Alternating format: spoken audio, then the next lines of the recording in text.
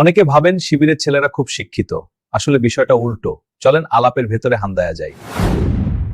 শিবিরের ছেলেরা এদের পিতামদুদি কিছু বইপত্র পড়ে, ইতিহাসের কিছু সিলেক্টিভ বই পড়ে। এরা শিল্প সাহিত্য চোদে না। নাটক সিনেমা থেকে শুরু করে কবিতা, কথা সাহিত্য, চিত্রশিল্প, কোন শিল্পিক বিনোদনে এরা জড়িত থাকে না। যারা শিল্পের বিনোদনে জড়িত থাকে না তাদের প্রধান বিনোদন হচ্ছে খাওয়া আর লাগানো বা সেক্স করা। যেমন ধরুন একজন মাদ্রাসার মাওলানা, তার বিনোদন কি? সে কি কোনো শিল্পিক বিনোদনে যুক্ত থাকে?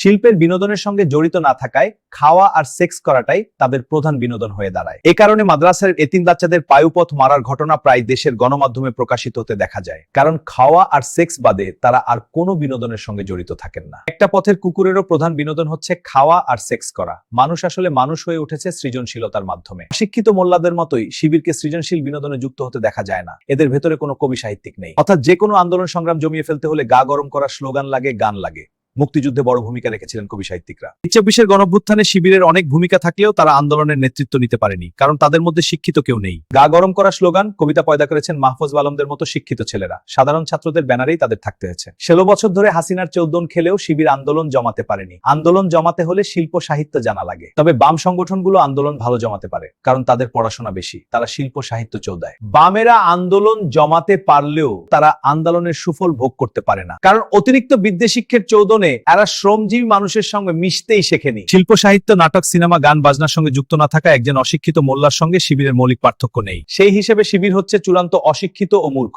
এডিটর সাহেব শিবিরকে একটা মূর্খচোদার পুরস্কার ধরিয়ে দেন। এবার শ্রেষ্ঠ মূর্খচোদার পুরস্কার গ্রহণ করছেন শিবির নেতা সাদিক কায়েম।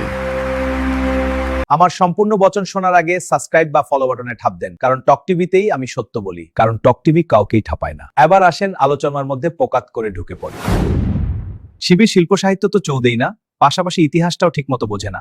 এরা গোলাম আজমকে সূর্য সন্তান বলে মনে করে। সূর্য সন্তান একটি আজাইরা উপাধি, আসলে জাতির পিতা উপাধি দিতে চেয়েছিল, সেটা দিতে না পেরে একটা আচোদা উপাধি দিয়ে ফেলেছে। এই উপাধি কেন, কি কারণে তা তারা নিজেরাই জানে না, বোঝেও না। ৭১ গোলাম আজম এই রাষ্ট্র চায়নি। মুক্তিযুদ্ধের সময় তার ভূমিকা জামাতেরই মুখপত্র সংগ্রাম পত্রিকার পাতায় পাতায় রয়েছে। ঢাকা বিশ্ববিদ্যালয়ের পাঠাগারে ৭১ সালের পত্রিকাগুলো রয়েছে, কিন্তু এরা জীবনে পাঠাগারে ঢুকে দেখেছে কিনা ভগবানে জানে। এদের মগজ এমন ভাবে ধোলাই করা যে এদের কোনো কমন সেন্স নেই। এডিটর সাহেব, শিবিরকে আবারও এক মূর্খচোদার পুরস্কার ধরিয়ে দিন। এবার শ্রেষ্ঠ মূর্খচোদার পুরস্কার গ্রহণ করছেন শিবির নেতা সাদিক কায়েম।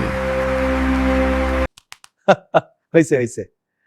এবার নির্বাচনে জামাতের গুদমারা খাওয়ার অন্যতম কারণ হলো মুক্তিযুদ্ধ নিয়ে বালছালের বয়ান পয়দা করা। গত ডিসেম্বর মাসটা জামাতের গুদ মেরে দিয়েছে। এরা বিজয় দিবসকে বলে ভারতের স্বাধীনতা, আবার নিজেরাই ম্যারাথনের আয়োজন করে ভারতের বিজয় দিবস উদযাপন করেছে। এরা কি যে বলে কি যে করে নিজেরাই জানে না, কিন্তু বাস্তবতা হলো ভারত সহযোগিতা করেছিল বলেই বাংলাদেশ স্বাধীন হয়েছে। আর বাংলাদেশ স্বাধীন হয়েছে বলেই বাংলাদেশের অর্থনীতি পাকিস্তানের 2 গুণ। মাতৃমৃত্যু ও শিশু মৃত্যু সহ বেশ কিছু সূচকে বাংলাদেশ ভারতের চেয়েও এগিয়ে। এগুলো কি চুদয় হয়েছে? অথচ পাকিস্তানকে এখনো বিদেশে ভিক্ষা করে চলতে হয়। জামাতের ছাগলগুলো বলছে জাপান তো ঠিকই আমেরিকার সঙ্গে সম্পর্ক রেখেছে। নটুর পোলারা বোঝে না যে কোথায় আমেরিকা আর কোথায় পাকিস্তান। পাকিস্তান ভিক্ষা করে চলে, ওদের কাছ থেকে আমাদের কি পাওয়ার আছে? পাকিস্তানের প্রতি গদগদ প্রেমের কারণে দলটি গুদমারা খেয়ে যাচ্ছে। এবারের নির্বাচনে পরিষ্কার হলো যে আনুশ চাঁদাবাজকে মেনে নিলেও মুনাফেক রাজাকার চোদে না। ভারতীয় আধিপত্যবাদের কথা বলে পাকিস্তানের গণহত্যার বৈধতা দেওয়া যায় না, এই বোধনেই শিবির ছেলেদের, কারণ এরা চরম মূর্খচোদা। মূর্খচোদা না হলে কি